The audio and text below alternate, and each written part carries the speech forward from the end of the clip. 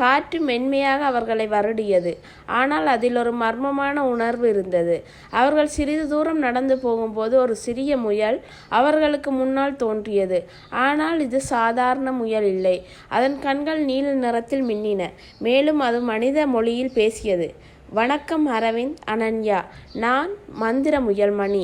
இந்த காடு உங்களை தேர்ந்தெடுத்தது. இங்கு ஒரு பழைய மந்திர பெட்டி மறைக்க வைக்கப்பட்டுள்ளது. அதை கண்டுபிடித்தால் இந்த காட்டின் மந்திரங்கள் உங்களுக்கு உதவும் என்று கூறியது. அரவிந்த் ஆச்சரியத்திலும், எங்களுக்கு எப்படி இது தெரியும்? நாங்கள் வெறும் குழந்தைகள் தானே என்று கேட்டான். முயல்மணி சிரித்து கொண்டு, காடு தேர்ந்தெடுக்கும் நபர்கள் சாதாரணமாக இருக்கலாம், ஆனால் அவர்களின் இதயம் தூய்மையாக இருக்கும். வாருங்கள், உங்களுக்கு 3 சவால்கள் காத்திருக்கிறன என்றது. முயல்மணி அவர்களை ஒரு பெரிய ஆலமரத்திற்கு அழைத்து சென்றது. அங்கு மரத்தின் உயரமான கிளையில் ஒரு மந்திர பறவை அமர்ந்திருந்தது. அதன் இறகுகள் வானில் நிறங்களில் மின்னின. பறவைகள் அவர்களை பார்த்து, என்னை அடைய வந்தீர்களா? முதலில் என் புதிருக்கு பதில் சொல்லுங்கள் என்று கூறியது. புதிர் இதுதான். நான் பறக்கிறேன், ஆனால் எனக்கு இறகுகள் இல்லை.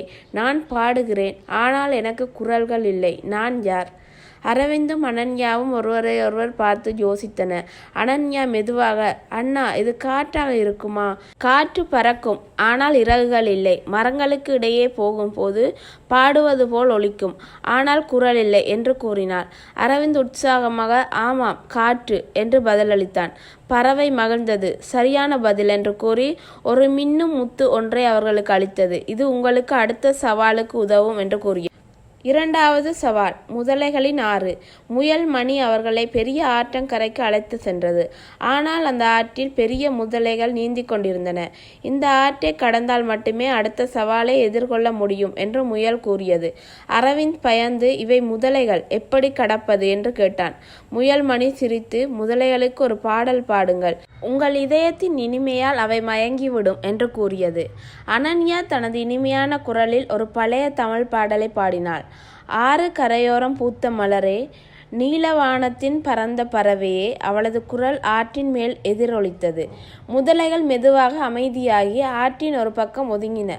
அவர்கள் ஒரு மரப்பாலத்தை கண்டனர். அதை கடந்து ஆற்றின் மறுபக்கம் வந்தனர்.